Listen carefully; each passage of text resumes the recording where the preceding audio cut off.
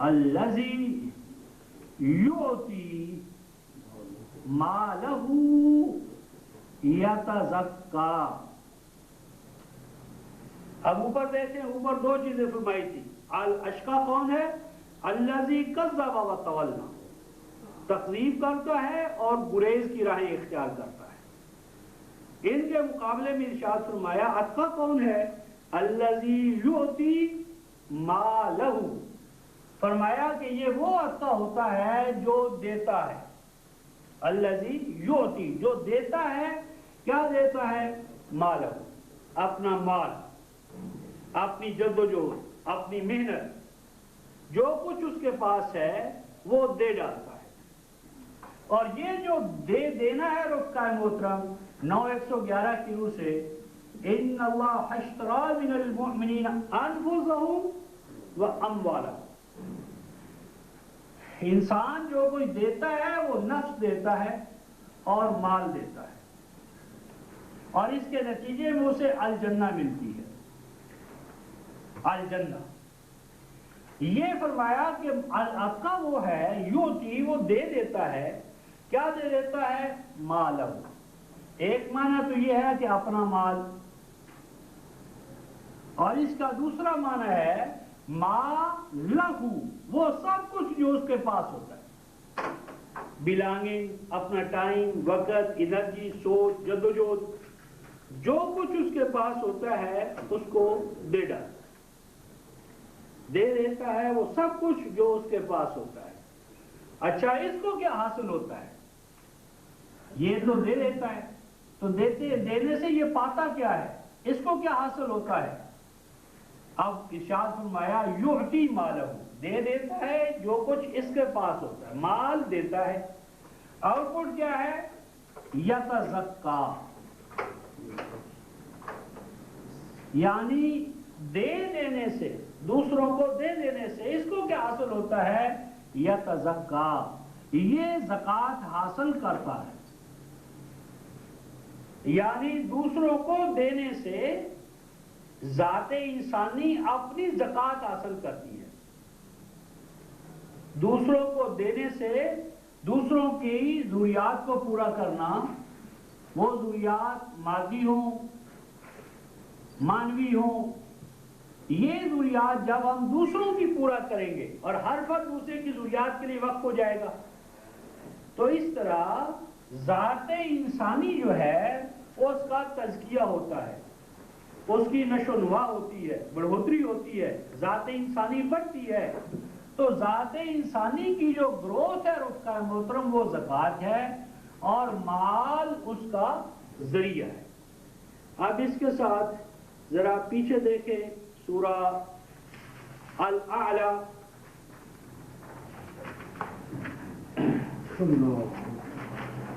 آیت نمبر 14-15. قد افلح 87-14-15.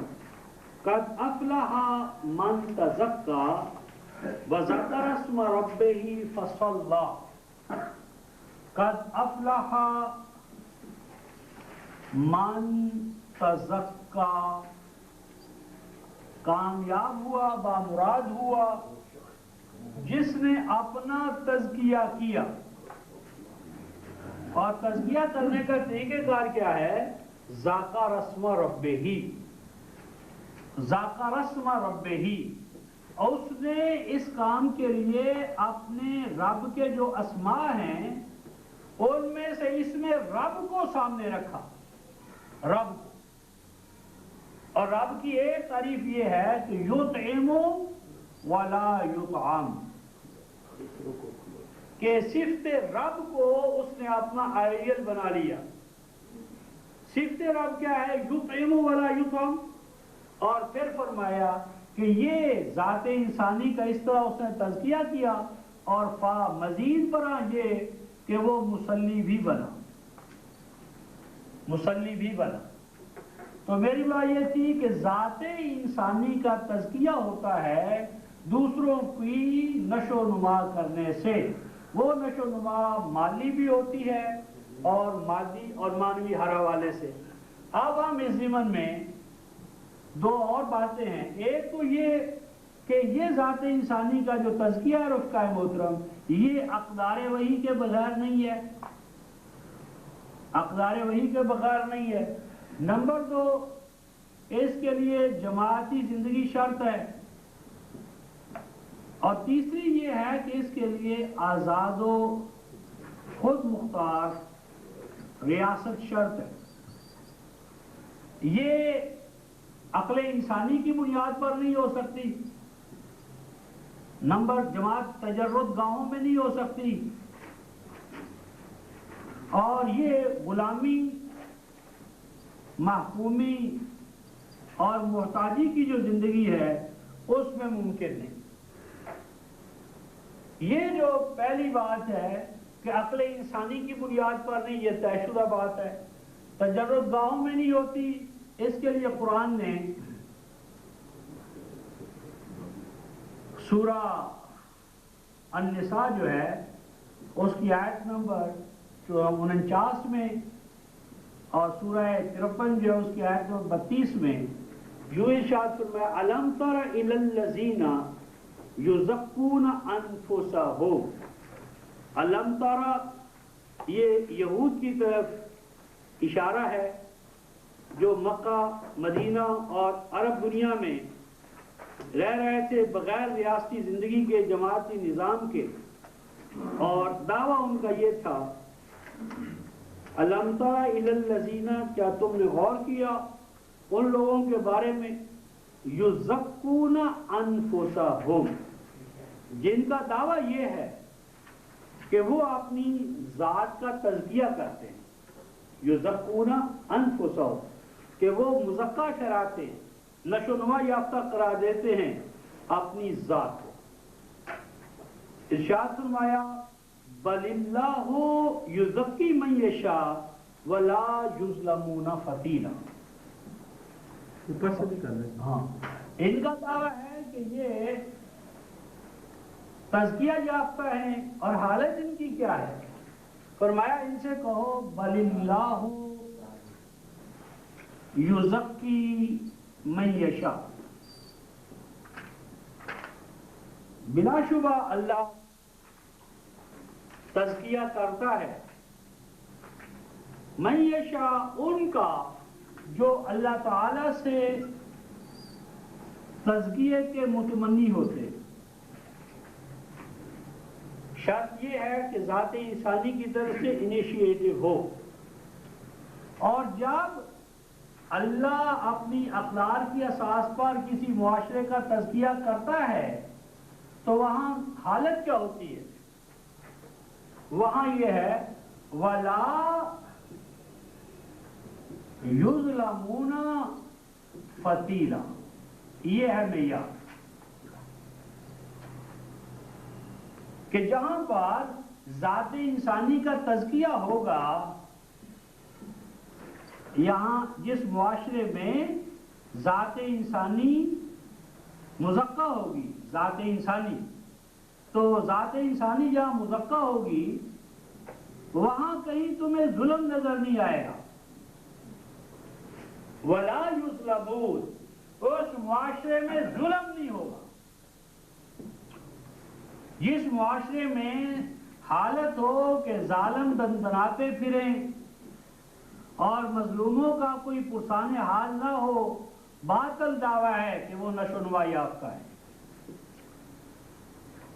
یعنی ظلم اجتماعی جو ہے، معاشرہ جو ہے، اگر اجتماعی ظلم کا، استبداد کا، اجتماعی ظلم ہے، فساد ہے، کرتا کوئی ہے بھرتا کوئی ہے، قرض لے کر کوئی کھا گئے اور قوم سوارو سب پر ڈال دو، ظالموں پر بھی، مظلوموں پر بھی، نادہندگان پر بھی، دہندگان پر بھی. تو جس معاشرے کی اساس ظلم پر ہو وہاں الم تر الی الذین یزکون انفسہم، کیا تم نے غور کیا ہے کبھی ان لوگوں کے دعوے پر جو دعویٰ کرتے ہیں کہ وہ تو تزکیہ یافتہ ہے؟ ان سے کہو تزکیہ اقدار وحی کی بنیاد پر ہوتا ہے، اور تزکیہ یافتہ معاشرہ وہ ہوتا ہے، اس کی پہچان یہ ہے وَلَا يُظْلَمُونَ فَتِيلًا. فتیل فتل، یہ جو رفقہ ہے وہ طرف دیا ہوتا ہے، دیا، تو دیے کے اندر جو ہے وہ ایک بتی ہوتی ہے جو اوپر چڑھتا ہے تیز اور وہ جلتا ہے. وہ جو دیے کے اندر یہ بتی ہوتی ہے، دیے کے ساتھ بتی کی کوئی نسبت نہیں ہوتی. فتیل اسلوب بیان ہے عربی زبان کا، کسی چیز کی یعنی کمی یا تھوڑا پان یا ناقدری یا اس کا اظہار کرنے کے لیے یہ آتا ہے. اس کے ہاں تو فتیل بھی نہیں ہے. تو لا یظلمون فتیلہ کا معنی ہے کہ وہاں اس معاشرے میں بتی بھار، جسے ہم کہتے ہیں رتی بھار، رتی بھار، ذرہ بھار. تو جس معاشرے میں ظلم ہو، استبداد ہو، اندھیر نگری ہو، ظالموں جو دندناتے پھرے اور مظلوموں کو چھپنے کے لیے جگہ نہ ملے، وہ معاشرہ تزکیہ یافتہ نہیں ہو سکتا. اسی عمل کے حصول کے لیے کہ معاشرہ جو ہے وہ تزکیہ یافتہ ہو جائے، زکوٰۃ ہر ایک کو ملے، اس کے لیے اللہ تعالیٰ نے اقدار وحی عطا کی، انبیاء کو بھیجا اور نظام اقدار الہی جو ہے وہ ہمیں عطا کیا. تو اس ضمن میں قرآن جو ہے وہ سورہ نور جو ہے اس میں یہ کہتا ہے کہ اگر یہ اللہ تبارک و تعالیٰ کی رحمت اور نظام نہ ہوتا تو ما زکا منکم من احد، یہ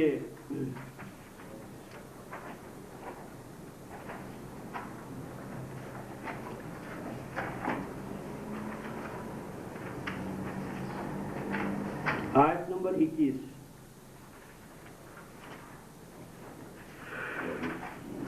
عجیب مقام ہے رفقہ آیت 21 کا.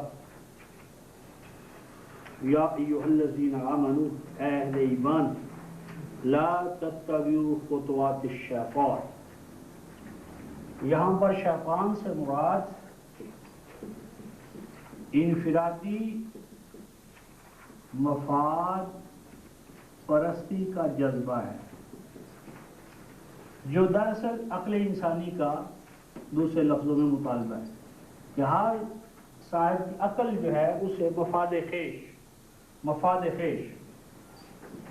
خیش کا جو جذبہ ہے وہ یہاں مراد ہے کہ اے جماعت مومنین، انفرادی مفاد پرستی کا جو جذبہ ہے اس کی اتباع کرنے سے بچو، کیونکہ وَمَن يَتَّبِعْ خُطُوَاتِ الشَّيْطَانِ، جو کوئی انفرادی مفاد پرستی کا جذبہ جو ہے اس کے پیچھے چلے گا، اس کی بات مانے گا، فَإِنَّهُ يَأْمُرُ بِالْفَحْشَاءِ وَالْمُنكَرِ، تو وہ تو ہمیشہ تمہیں یہی حکم دے گا. فحشاء سے مراد یہاں ہے بخل، کہ اپنی ذات کے لیے سمیٹ کر رکھو جو کچھ رکھنا ہے، والمنکر، اور دوسروں کے اندر دراڑیں پیدا کرنا.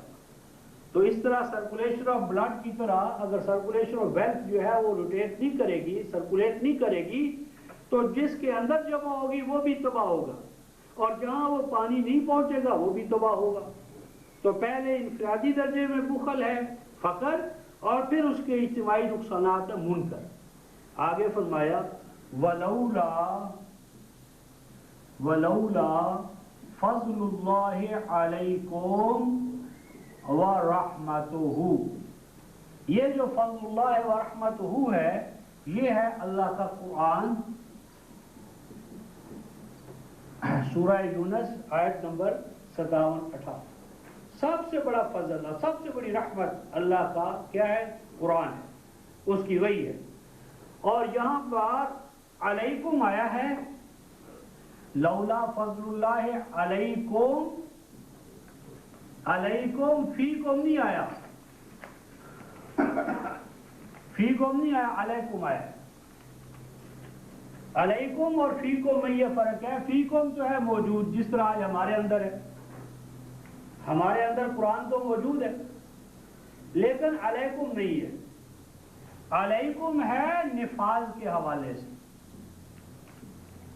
کہ وہ ہمارے اوپر ہو، یعنی ہمارے اوپر نفاذ پذیر ہو، کہ اگر یہ اللہ کی رحمت اور اس کا فضل یعنی قرآن پاک تمہارے اوپر تنفیذ کی حالت میں نہ ہوتا، اگر ایسا نہ ہوتا تو پھر یہ نتیجہ نکلتا. لیکن آپ کیونکہ اللہ کا فضل، اس کی رحمت یعنی قرآن نفاذ پذیری کی حالت میں تمہارے اوپر ہے، اس لیے فرمایا ما زکا منکم من احد، ما زکا منکم من احد۔ اگر قرآن کا نظام حیات نفاذ پذیری کی حالت میں نہ ہو، اگر اقدار وحی کسی معاشرے میں نفاذ پذیری کی حالت میں نہ ہو، ما زکا منکم من احد ابدا، من احد ابدا، کسی معاشرے کے لیے بھی ممکن نہیں ہے کہ وہ ان اقدار وحی سے ہٹ کر اپنا تزکیہ کر سکے، ناممکن ہے۔ اس لیے فرمایا وَلَٰكِنَّ اللَّهَ يُزَكِّي مَن يَشَاءُ۔ اب یہاں یُزَكِّي مَن يَشَاءُ یعنی اس نے قرآن تو تمہیں دے دیا، قرآن اس نے تمہیں عطا کر دیا، لیکن قرآن کے مطابق معاشرہ بنانا اور بنے ہوئے معاشرے کو باقی رکھنا یہ اللہ کی ذمہ داری نہیں ہے، یہ تمہاری ذمہ داری ہے۔ چاہو تو اس کو نفاذ پذیری کی حالت میں رکھو، چاہو تو نافذ شدہ نظام کے مقابلے میں کفر بعد ایمان کر لو، یہ تمہارا اپنا مسئلہ ہے۔ 175-76 وَلَوْ شِئْنَا لَرَفَعْنَاهُ بِهَا وَلَٰكِنَّهُ أَخْلَدَ إِلَى الْأَرْضِ۔ تمہارے لیے دونوں راستے کھلے ہیں، اس کے مطابق چاہو تو ہر فرد کی نشو نما ہو جائے، نہ چاہو تو کسی کی بھی نہیں ہوگی، یا اگر ہو چکی ہو تو اس کو برقرار نہ رکھو، دراڑے ڈالو تو اللہ تمہارے ہاتھ آ کر روکے گا نہیں۔ آگے فرمایا واللہ سمیع علیم۔ یہاں سمیع علیم کیوں آیا؟ 6-115-16 وہاں کتاب اللہ کے بارے میں فرمایا تمت کلمۃ ربک صدقا وعدلا لا مبدل لکلماتہ ولن تجد، اور آگے فرمایا واللہ سمیع علیم، کہ اللہ تعالیٰ جانتا تھا کہ قیامت تک نوع انسانی اللہ تعالیٰ سے کیا مانگ اس کی ہونا چاہیے تھی۔ اللہ تعالیٰ نے اپنے علم کلی کی بنیاد پر قیامت تک کی نوع انسانی کی پکاروں کو سن لیا اور باربنا علم ان کو جان لیا، پس اس نے کلی نظام تمہیں عطا کر دیا ہے۔ میری مراد یہ تھی کہ یہ جو اقدار وحی ہیں، اقدار وحی سے ہٹ کر کیا ہے تزکیہ نہیں ہو سکتا۔ تزکیہ کے لیے اقدار وحی کا اور اقدار وحی کو انسان کے اپنے اختیار و ارادہ سے نفاذ پذیری کی حالت میں ہونا شرط ہے۔ اگر یہ نہ ہو تو اس کا نتیجہ یہ نکلے گا کہ انسان تزکیہ یافتہ ہو نہیں سکتا۔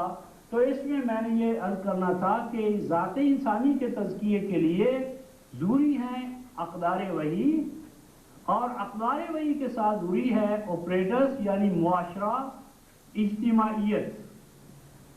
جنگل کی زندگی میں کوئی معاشرہ جو ہے اس کے ترقی کی ضرورت نہیں ہے، لیکن انسان اللہ تعالیٰ نے کیا کیا ہے؟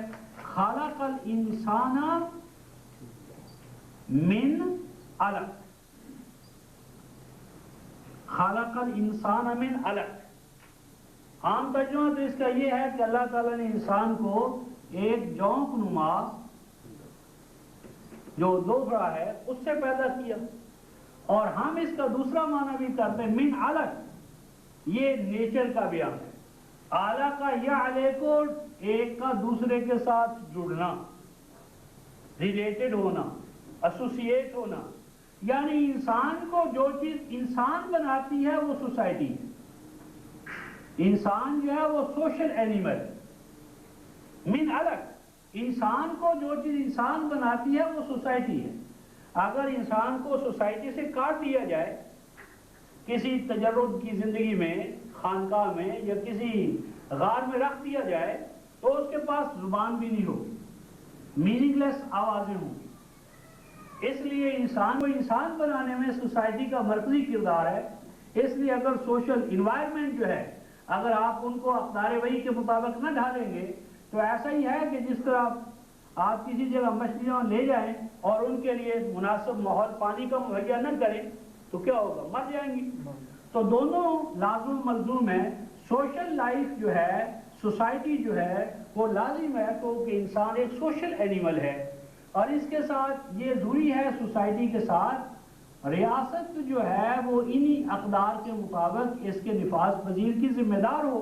اسی لیے قرآن نے 41 میں یہ شرط بیان فرمائی ہے کہ الذین ان مکناہم فی الارض، کہ یہ جماعت مومنین وہ جماعت ہے کہ جب ہم انہیں تمکن عطا کریں گے تو اقاموا الصلاۃ، تو یہ الصلاۃ کو قائم کریں گے، وآتوا الزکاۃ 42-41 اور یہ ایمان والے یعنی ان کی ریاست تمکن فی الارض کے بعد زکوٰۃ دیا کریں گے. زکوٰۃ لینا مذہب ہے، زکوٰۃ دینا دین ہے. مذہب زکوٰۃ لیتا ہے، دین زکوٰۃ دیتا ہے. اور دین کا معنی ہے الجنہ کی ضمانت، الجنہ کی ضمانت یعنی جنتی زندگی کی ضمانت. جنتی زندگی کی ضمانت جو ہے یہ دین ہے، حیات دنیا میں بھی حیات آخرہ میں بھی. 55-46 وَلِمَنْ خَافَ مَقَامَ رَبِّهِ جَنَّتَانِ، حیات دنیا اور حیات آخرہ جنت ہی جنت ہو، جہنم نہ یہاں نہ وہاں. تو یہ جو جنتی زندگی ہے یہ زکوٰۃ کی زندگی ہے، نشو و نما یافتہ ذات انسانی. تو اس کے مذہب تو کہتا ہے تاج دینا، چھوڑ دینا، ترک کر دینا، اور قرآن دین کہتا ہے کہ نہیں، چھوڑو نہیں، یہ تم سے چھوٹ نہیں سکتی. جب تم چھوٹنے کا دعویٰ کرتے ہو وہاں بھی تمہیں اس نے پکڑا ہوتا ہے. تو یہ تمکن فی الارض جو ہے دو چیزوں کے لیے، اقامت صلاۃ ہوگی اور ایتاء زکوٰۃ. وَأَمَرُوا بِالْمَعْرُوفِ، واز نہیں، امر، امر اقتدار کے بغیر نہیں، یا امر. تو معروف وہ چیزیں کہ جو ذات انسانی میں حسن پیدا کرتی ہیں، المنکر وہ چیزیں جو ایک دوسرے کا انسان کو اجنبی بنا دیتی ہیں. یہ ہے بخل کی یعنی سرمایہ دارانہ نظام کہ ہر فرد دوسرے فرد سے اجنبی ہو جاتا ہے، دکھ درد سے اجنبی، کندھے کے ساتھ کندھا ملانے کے باوجود الگ تھلگ. اور وَلِلَّهِ عَاقِبَةُ الْأُمُورِ، اور اس نظام کا خاصہ یہ ہے کہ یہ ہر چیز اقدار وحی کے مطابق ہوتی ہے. اب یہ تین چیزیں ہو گئی، انسان کا سوشل اینیمل ہونا، زکوٰۃ کے لیے معاشرے کا، سوسائٹی کا ہونا، اور تمکن فی الارض کا ہونا. اب ہم عمل نبوت کی طرف آتے ہیں. عمل نبوت یا عمل نبوی. عمل نبوی کے حوالے سے ہم سورہ الاعراف جو ہے، سورہ توبہ جو ہے اس کی آیت 103 دیکھتے ہیں.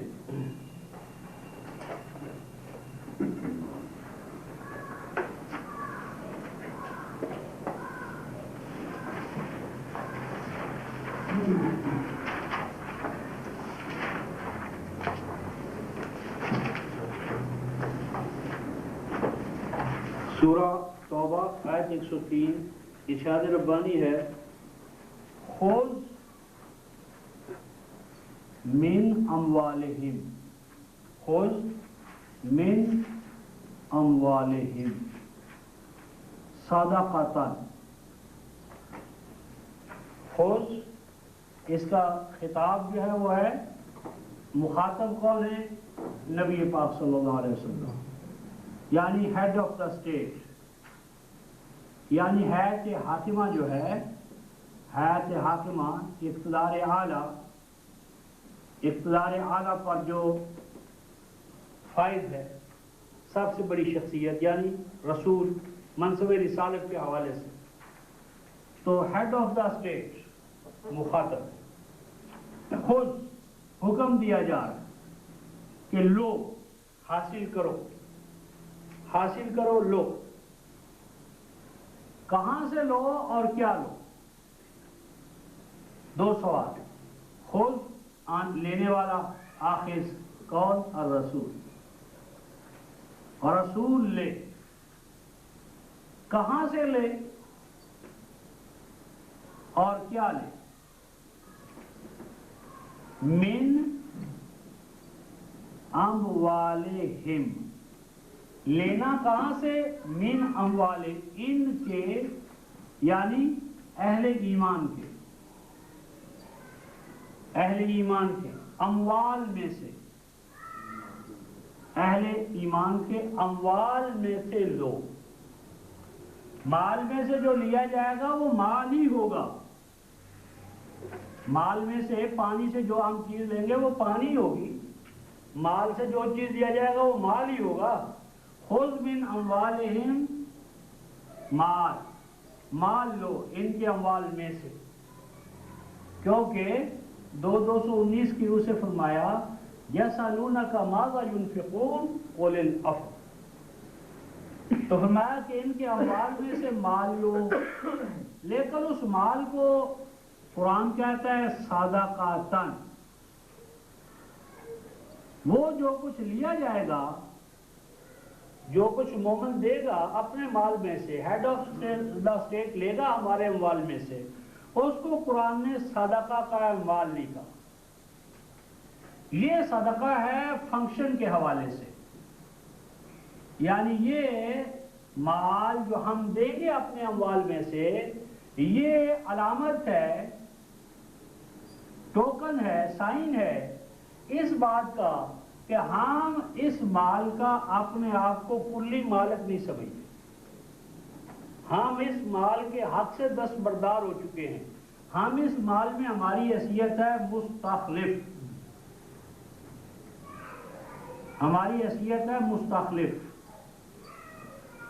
انفقوا مما جعلکم مستخلفین فیہ، مومن ہونے کے بعد 9111 کی روح سے مال اپنا نہیں رہتا، جان اپنی نہیں رہتی، جان مال ہم دیتے ہیں ایمان کے دعوے کے ساتھ، لیکن یہ جان مال رہتا ہمارے پاس ہے۔ اب جتنا تقاضا ہوتا ہے مرکز سے کہ اتنا مال دے دو، وہ مال ہم دے دیتے ہیں، ہمارا اس مال کو دے دینا اپنے فریضے کے حوالے سے، فنکشن کے حوالے سے صدقہ کہلاتا ہے۔ صدقہ کا معنی سچ کر دکھانا، ہم نے سچ کر دکھایا کہ ہم ایبسولوٹ مالک نہیں ہیں، ہماری حیثیت امین کی ہے، ہماری حیثیت کیشیئر کی ہے، ہماری حیثیت کسٹوڈین کی ہے، مالک اللہ ہے۔ آتوہم من مال اللہ الذی آتاکم، فرمایا کہ آپ مومن کا یہ معنی ہے کہ آپ تم اللہ کا مال اپنے پاس رکھتے ہو، اللہ کا مال بن گیا جنت لانے کے نتیجے میں، اب یہ اللہ کا مال تمہارے ہاتھ میں ہے، تمہارے پاس امانت ہے، اماناتہم وعہدہم راعون، یہ امانت ہے اللہ کی تمہارے پاس، اس امانت میں جتنا تمہارا مرکز ملت تمہیں کہے کہ یہ اجتماعی ضروریات ہیں اتنا دے دو، تو اگر وہ جو دے دیں گے ہم، وہ ہمارے لیے کیا ہوگا؟ صدقہ کہلائے گا۔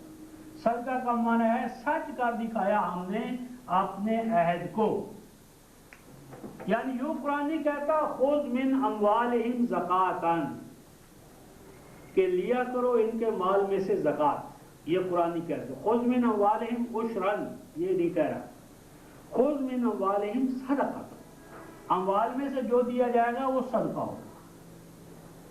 اب اس صدقہ کے بعد ارشاد فرمایا تطہرہم وتزکیہم بہا وصلی علیہم ان صلاتک سکن لہم۔ فرمایا کہ اس سے دو چیزیں حاصل ہوتی ہیں، جب مومن صدقہ دیتا ہے، مال بطور سچ کر دکھاتا ہے اس طرح دینے سے، تو دو چیزیں، نمبر 1 تطہیر، نمبر 2 تزکیہ۔ تطہیر نیگیٹو ہے، جس طرح کہ آپ کوئی کھیت اگاتے ہیں، بیج بونا چاہتے ہیں، تو پہلی شرط یہ ہوتی ہے کہ وہ جو زمین ہے، قطع اراضی ہے، اسے جھاڑ جھنکار سے صاف کیا جائے، جڑی بوٹیوں سے صاف کیا جائے، اگر جڑی بوٹیوں سے جھاڑ جھنکار سے ہم اسے صاف نہیں کریں گے، بیج ڈال دیں گے، اگر ہو سکتا ہے وہ اگے نہیں، اور اگے گا بھی تو اس کی نشو و نما صحیح نہیں ہوگی، کیونکہ وہ تمام جو زمین کی زرخیزی کی صلاحیتیں جو اسی بیج کو ملنا چاہیے تھی، وہ اس بیج کو بھی کچھ ملے گی اور جھاڑ جھنکار جڑی بوٹیاں بھی کھا جائیں گی، تو نشو و نما کامل نہیں ہوگی۔ تو پہلا عمل کیا ہے؟ تطہیر ہے، نیگیٹو ایلیمنٹ سے پاک کرنا۔ یہاں اس سے مراد ہے بخل، اور قرآن کی جامع اصطلاح میں شح نفس، شح نفس وَأُحْضِرَتِ الْأَنفُسُ الشُّحَّ، شح کہتے ہیں رفقائے محترم کسی چیز کو پا لینے کا شدید جذبہ۔ یہ اونٹ کے حوالے سے استعمال ہوتا ہے۔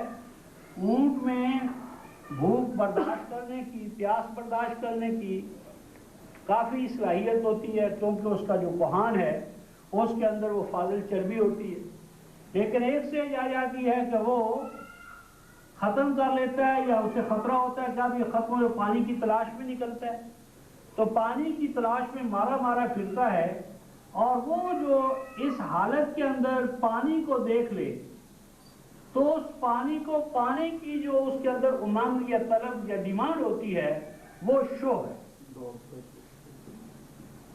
اور اس شو پہ غالب آنے کا نام ایمان ہے۔ یعنی جب شدت طلب یہاں تک ہو کہ جس طرح اونٹ انتہائی پیاس اور انتہائی بھوک کے بعد کوئی پانی دیکھ لے، خوراک دیکھ لے، تو جس طرح وہ جھپٹتا ہے، دوڑتا ہے اس کو پانے کے لیے، اس سٹیج پر بھی انسان بے قابو نہ ہو۔ یہ ہے تربیت، یہ ہے قرآن کی اصطلاح میں قضامت، کاظمین الغیظ والعافین عن الناس۔ تو یہ جو شح نفس ہے، تو جس فرد نے، جماعت نے اپنی اس شوق کی کیفیت کو اقدار وحی کے ماتحت کر لیا، اس کے لیے فلاح ہے، وہ ہے کامیاب۔ تو یہ پہلا عمل ہے تطہیر کا، کہ نیگیٹو ایلیمنٹ سے، یعنی ہرس، بخل، لالچ، مفاد خیش، ان چیزوں سے اپنے آپ کو بچانے کی تربیت ہوتی ہے۔ کس طرح کہ جب ہم جو کچھ کے مرکز ہم سے مطالبہ کرتا ہے ہم اس کو دے دیتے ہیں، تو اس دے دینے کے دوران یہ تربیت ہوتی ہے، اور ساتھ کے ساتھ فرمایا وَتُزَكِّيهِمْ، اس کے ساتھ انسان کے اندر رب العالمین کا جو ربوبیت کا انعکاس ہے، عکس ہے، صفت ہے، وہ انسان میں پیدا ہوتی ہے دینے کی، کہ جس طرح ہمارا رب جو ہے وہ بلا مزد و معاوضہ دوسروں کے لیے سامان نشو و نما دیتا ہے، وسائل رزق پیدا کرتا ہے بغیر کسی طلب کے، تقاضے کے، بلا مزد و معاوضہ۔ تو یہ کیفیت انسان میں ربوبیت پیدا کرتی ہے۔ تو زکیہم، اور آگے ایک لفظ ہے رفقائے محترم بہا، بہا یعنی مال کا تزکیہ نہیں ہوتا، مال دینا ذریعہ ہے ذات انسانی کے تزکیے کا، یعنی مال ذریعہ ہے، مال کا تزکیہ نہیں، مال کو پاک نہیں کرنا، کیونکہ مال کا غیر پاک ہونا یہ رحمانی تصور ہے، جس طرح میں نے آغاز میں عرض کی ہے، یہ مسیحیت یا بدھ مت سے ہمارے ہاں تصور ہے کہ مال ناپاک ہے۔ قرآن نے مال کو ناپاک نہیں قرار دیا، قرآن تو مال کو پاکیزہ قرار دیتا ہے، بلکہ زینت قرار دیتا ہے، المال والبنون زینت الحیات الدنیا۔ پھر اسی کو 3:14 میں کہتا ہے یہ تو متاع الحیات الدنیا ہے، اور 7:32 میں کہتا ہے قل من حرم زینت اللہ التی اخرج لعبادہ والطیبات من الرزق قل ہی للذین آمنوا فی الحیات الدنیا۔ تو مال ناپاک نہیں ہے کہ جس کو 2.5% دینے سے ہم پاک قرار دیں، یہ رحمانی تصور ہے، مذہب کا تصور ہے، قرآن کا تصور نہیں ہے۔ تو اب ہم یہاں یعنی کیا 9:103 میں دیکھتے ہیں کہ رسول یعنی ہیڈ آف دا اسٹیٹ ہمارے اموال میں سے لے گا، جو لے گا وہ اپنے فنکشن کے حوالے سے صدقات کہلائے گا۔ صدقات دینے والے کو دو چیزیں حاصل ہوتی ہیں، ایک نیگیٹو اور دوسری پازیٹیو۔ نیگیٹو تطہیر نفس، تطہیر نفس، اور مثبت تزکیۃ النفس، تزکیۃ النفس، اور یہی چیز ہے یعطی مالہ یتزکا، یعطی مالہ یتزکا، کہ جو کچھ دیتا ہے دینے والے سے تزکیہ اسے حاصل ہوتا ہے، دینے والے کو۔ اب اس کے بعد ارشاد فرمایا وَصَلِّ عَلَيْهِمْ، وَصَلِّ عَلَيْهِمْ، رسول کو حکم ہو رہا ہے کہ جو اس پروسیس سے کامیاب ہو کر گزرے ان کے لیے آپ عمل صلات کریں۔ اب یہ عمل صلات کیا ہے کہ رسول اللہم صلی علی فلان صلی علی فلان درود پڑھتا رہے۔ صلی علی یعنی شاباش، شاباش، داد دے، داد و تحسین، یعنی اپریسیشن، یعنی اپریسیشن یعنی اس کی جو ہے نا قدر افزائی، میڈل۔ تو اس کے لیے ایسا انتظام ہونا چاہیے کہ ہیڈ آف دا اسٹیٹ کی طرف سے حوصلہ افزائی کے، یعنی جتنا یہ دے گا اتنا ہی اس کو ان اکرمکم عند اللہ اتقاکم، اتنا ہی معاشرے کے اندر اسے عزت کا، کرامت کا، بلندی کا، شرف کا، یعنی معاشرے اسلامی معاشرہ میں دینے والا، دینے والا جتنا زیادہ دے گا اتنا ہی زیادہ معزز ہوگا۔ اور جب معاشرے کا یہ چلن ہی یہ ہوگا کہ جتنی سیکریفائس کرے گا، جتنا دے گا، جتنا دوسروں کے لیے کام آئے گا اتنا ہی زیادہ وہ معزز و محترم ہے، تو بڑھتا چلا جائے گا، معاشرہ ارتقائی مراحل طے کرتا چلا جائے گا۔ صلی علیہم ان صلاتک سکن لہم، بے شک آپ کا یہ عمل کرنا، صلات کو داد و تحسین کرنا، اپریسیشن کرنا، یہ ان کے لیے تسکین کا باعث بنے۔ اب اس کے بعد مسئلہ آئے گا رفقا محترم کہ یہ جو اموال المومنین میں سے، اموال المومنین میں سے جو صدقات اکٹھے ہو جائیں گے، ایک نمبر دو، ان صدقات کی تقسیم، ترسیل، ڈسٹریبیوشن، اور اس کے بڑے بڑے کیپشنز کیا ہوں گے۔ نمبر دو، کیا اس کی کوئی حد ہے؟ کیا یہ کوئی 2.5% ہے یا 5% ہے یا 10% ہے؟ تو قرآن حکیم نے رفقا محترم ان کی حد بندی نہیں کی۔ قرآن نے نہ تو 2.5% کہا ہے نہ 10% کہا ہے۔ جن دوستوں نے 10% کو قرآن سے ثابت کرنے کی کوشش کی ہے، میں سمجھتا ہوں انہوں نے قرآن کے ساتھ انصاف نہیں کیا، اور ان میں پہلے جنہوں نے اس کو کیا تھا انہوں نے تو رجوع بھی کر لیا تھا کہ ہاں قرآن سے یہ ثابت تو نہیں ہوتا، اگرچہ ہم لکھ چکے ہیں، لیکن بعد میں لکھے ہوئے کو منسوخ نہیں کیا، اور وجہ یہ بتائی کہ ہم 12-13 سال سے یہ لکھ رہے ہیں تو کیسے چھوڑ دیں۔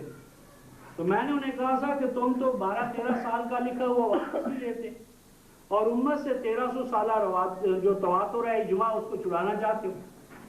اپنا 12-13 سال پہلے لکھا ہوا غلط ہونے کے بعد تم واپس نہیں لیتے، اور امت سے 1300 سالہ تواتر اجماع چھڑاتے ہو۔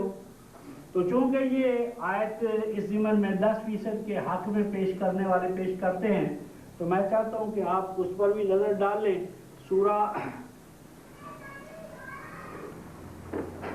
سبا،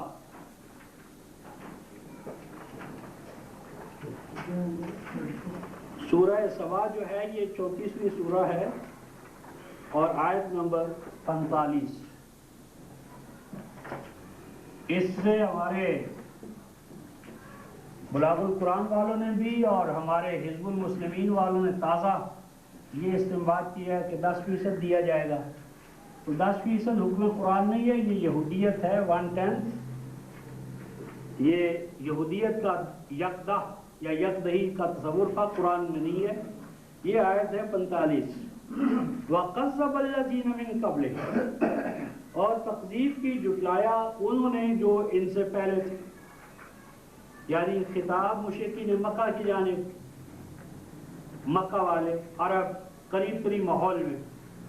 اور آگے ہے وَمَا بَالَغُوا، اور بالغو کی جو ضمیر فاعل ہے وہ ان کی طرف ہم. اور یہ لوگ جو آج تکذیب کر رہے ہیں نہیں پہنچے. وَمَا بَالَغُوا، اور نہیں پہنچے یہ مِعْشَارَ مَا آتَيْنَاهُمْ فَكَذَّبُوا رُسُلِي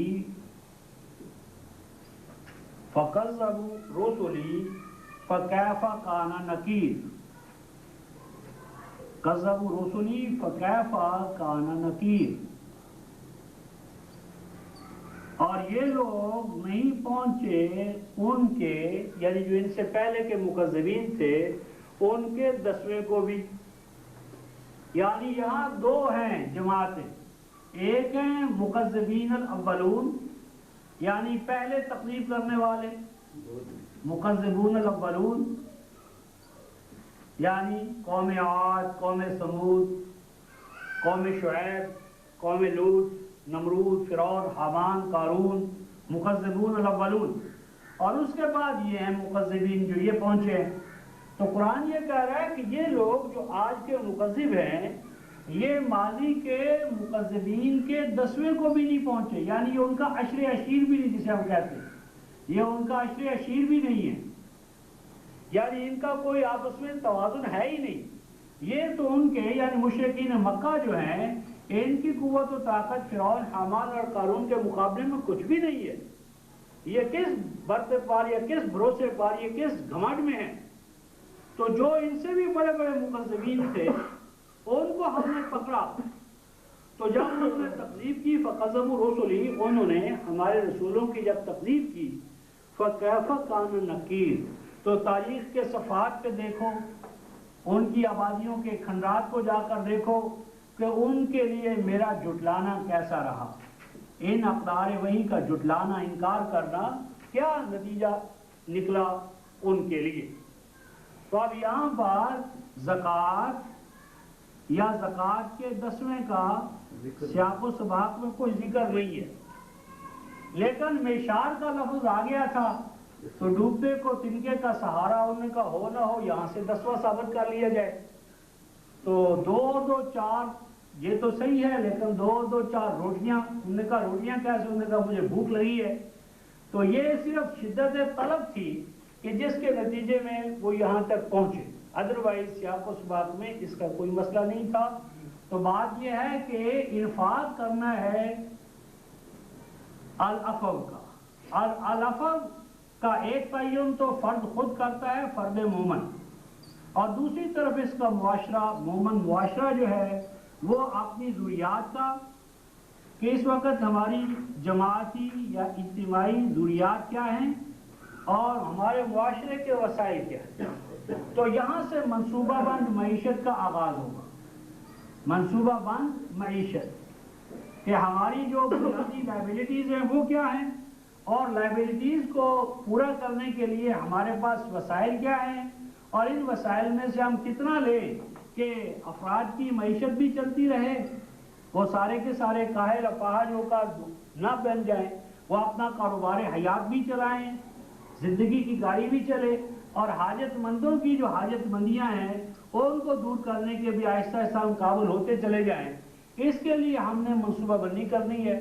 وہ جو منصوبہ بندی میں جو بھی ضروریات کے حوالے سے مرکز ہمارے لیے تعین کرے گا وہی اپنے وقت میں صدقات کا یعنی وہ معیار بنے گا. اس میں کمی بھی ہو سکتی ہے، بیشی بھی ہو سکتی ہے. کمی بیشی کا آپ کو اپنے حالات کے تحت اس کا آپ نے خود فیصلہ کرنا ہے. امرہم شورا بینہم، یہ مشاورت سے طے ہوگا، یہ انتظامی مسئلہ ہے. اور اگر رسول پاک صلی اللہ علیہ وسلم نے یہ بات طے کی تھی تو وہ بھی اپنے زمان و مکان میں ان حالات میں یہ بات تھی، وہ اٹرنل نہیں تھی. اگر اس کو ایٹرنل بنانا ہوتا تو اللہ قرآن میں یہ ذکر کر سکتے تھے. قرآن کے لیے کوئی مسئلہ نہیں تھا کہ وہ 2.5% کیا دیتا, یعنی آل شروع 20% کیا دیتا, 20واں حصہ کیا دیتا, 10واں حصہ کیا دیتا. قرآن کی ضخامت میں کچھ اضافہ نہ ہوتا. تو جب قرآن نے ایک چیز کو اوپن رکھا ہے اور اگر رسول پاک نے اپنے زبان و مکان میں اس کی کوئی درجہ بندی کی ہے تو وہ انتظامی ہے, وہ انتظامی ہے, وہ اجتہادی ہے, وہ اجتہادی ہے, وہ تنفیذی ہے, وہ الہی نہیں ہے. یعنی اس کی من و عن تقید جو ہے وہ وہی کا تقید نہیں ہے, وہ انتظامی اجتہادی استنباطی مسئلہ ہے. اپنے وقت کے حوالے سے وہ بالکل صحیح ہوگا, لیکن آج اگر اس کو اختیار کیا جائے تو جس طرح میں پہلے مثال دے رہا تھا کہ جو آپ کا 52 تولے چاندی والا ہے اس پر وہ واجب ہے, اور اگر 7 تولے سونا ہو تو اس پہ واجب نہیں ہے. یعنی 7 تولے اگر کسی کے پاس سونا ہے تو اس پہ واجب نہیں ہے, 52 تولے چاندی ہے تو اس پہ واجب ہے. اب 52 تولے کی جو مالیت ہے وہ کتنی بنے گی اور 7 تولے سونے کی مالیت کتنی بنے گی؟ تو یہ مالدار جو ہے یہ بچ جائے گا اور اس پر آ جائے گا. اور اسی طرح جس طرح وہ بشیر صاحب کی بات ہو رہی تھی کہ اگر ایک علاقے کے اندر رفقائے محترم ہاتھی ہیں, ہاتھی پالے جاتے ہیں, ان کو بیچا جاتا ہے, خرید و فروخت ہوتی ہے, تو اب حدیث کا پورا سٹاک جو ہے وہ سیاستہ کا سیاربا کا لے لیں, وہ اس مسئلے میں خاموش ہے کہ ہاتھی جو ہے ان پر زکوٰۃ ہوگی یا نہیں ہوگی, کیونکہ ہاتھی اس معاشرے کا مسئلہ ہی نہیں تھا. تو میری بات یہ ہے کہ یہ جو حد بندی ہوگی, درجہ بندی ہوگی, کس پر کتنا ہوگا, یہ شورا کے تحت فیصلہ ہوگا زبان و مقال میں, اور وہ چینجیبل ہوگا. جیسے حالات تبدیل ہوں گے اس میں مزید تبدیلی کرے گا مرکز ملت. اب اس سے جو اس حوالے سے جو اموال جمع ہوں گے, یعنی صدقات کہہ رہے, تو ان کی جو ڈسٹریبیوشن ہے وہ کیسے ہوگی؟ تو اس کے لیے ایک جامع آیت ہے قرآن میں, آیت نمبر 60, سورہ توبہ آیت نمبر 60. تو اس ابتدائی آیت کو دیکھ کر ابتدائی حوالے سے اس کو ختم کرتے ہیں. قرآن نے اس میں اتنی جامعیت رکھی ہے. سورہ توبہ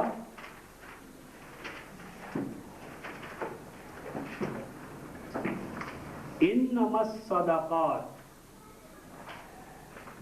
انما الصدقات. پہلا تو گھپلا یہ کرتے ہیں ہمارے علماء کرام کہ جو آیت صدقات والی ہے اسے انما الزکات بنا دیتے ہیں. تو انما الزکات قرآن نہیں کہہ رہا, انما الصدقات کہہ رہا. صدقات وہ 103 کی روح سے اموال المسلمین سے جو کچھ بھی حاصل کیا جائے گا وہ سب کا سب صدقات ہے. تو صدقات کی پہلی شرط کیا ہے؟ انما الصدقات للفقراء, للفقراء. فقراء جو ہے یہ فقیر کی جمع ہے, اور فقیر فعیل کے وزن پر فقرہ, فقرہ. یہ جو ریڑھ کی ہڈی ہوتی ہے رفقائے محترم, اس کے جو مورے ہوتے ہیں وہ فقار, فقار. تو بیک بون ہڈی جو ہے اس کے اندر یہ جو ہڈی ہے اور ہڈی میں یہ جو مورے ہیں, تو یہ اگر مورا ٹوٹ جائے تو ایسا فرد فقیر کہلاتا ہے. تو بیک بون جس کی ٹوٹی ہوئی ہے, کلی طور پر ٹوٹی ہوئی ہے یا ایک حوالے سے ٹوٹی ہوئی ہے کہ جس کے نتیجے میں وہ بوجھ برداشت نہیں کر سکتا, تو ایسے تمام افراد کہ جو اپنی خورد و نوش یا اپنی جو معاشی کفالت ہے اس کا اور اپنے ڈیپینڈنس کا بوجھ برداشت کرنے کے قابل نہ ہو, ان کو اس فقر کی حالت سے نکالنا ہے.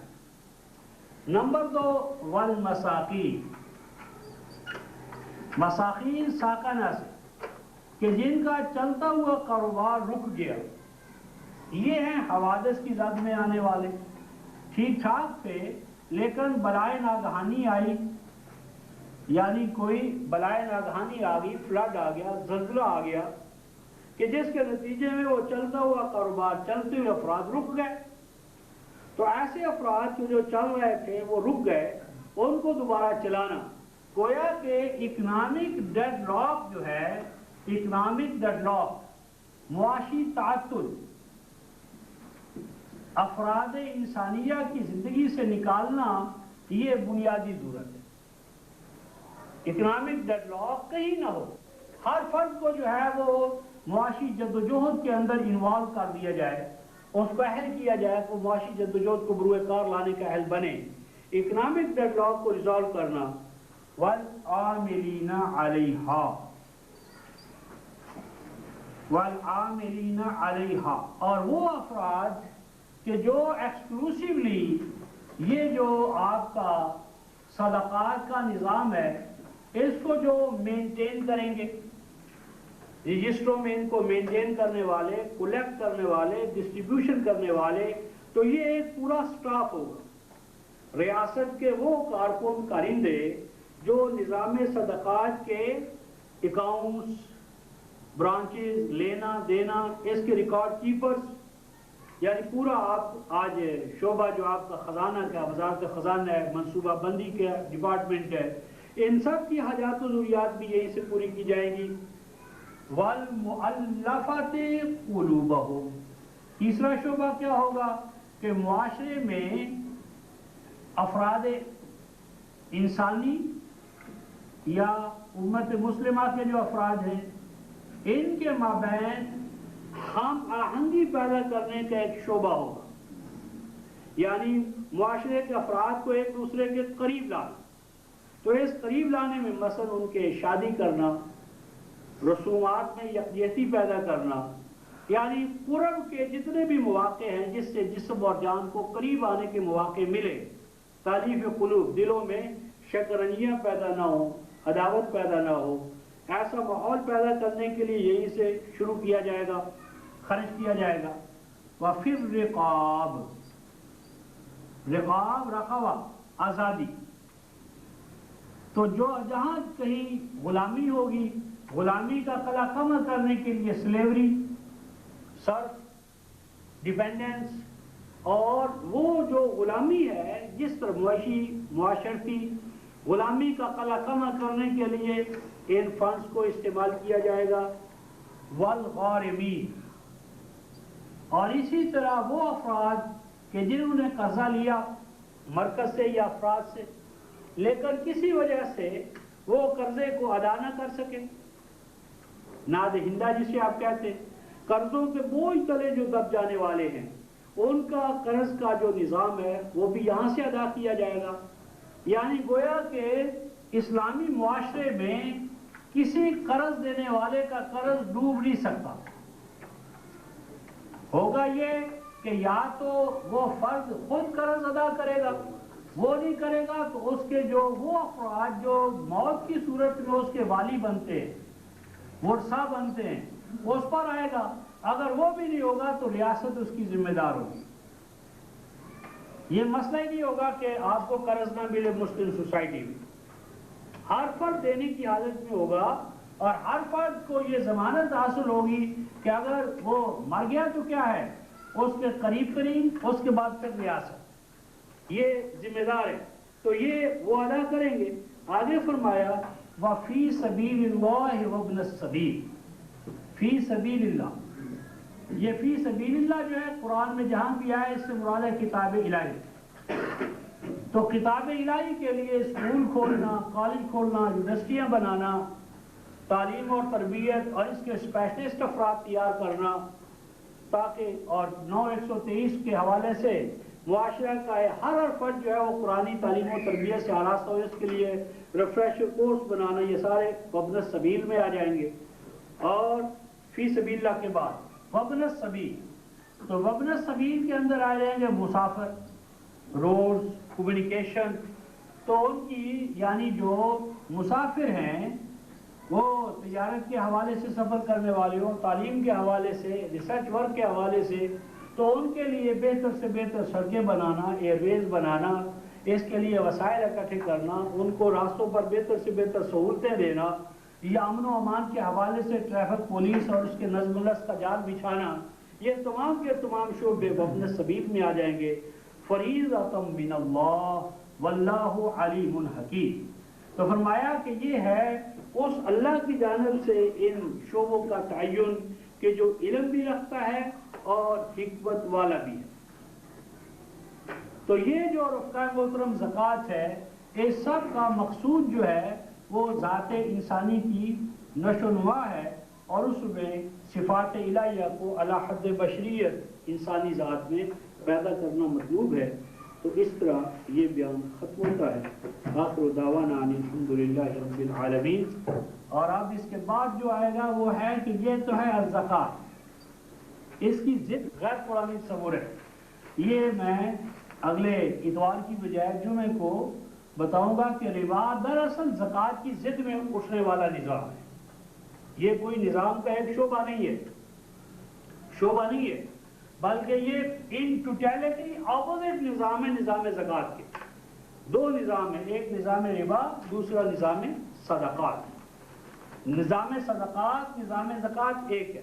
نظام ربا کیپٹلزم ہے، یعنی یہ نظام ربا نظام ہے اپوزٹ جو زکوٰۃ اور صدقات کی ضد میں آئے گا، معیشت کا نظام. تو آگے اس کے بارے میں دیکھیں گے. تو اب اس کے بعد ایک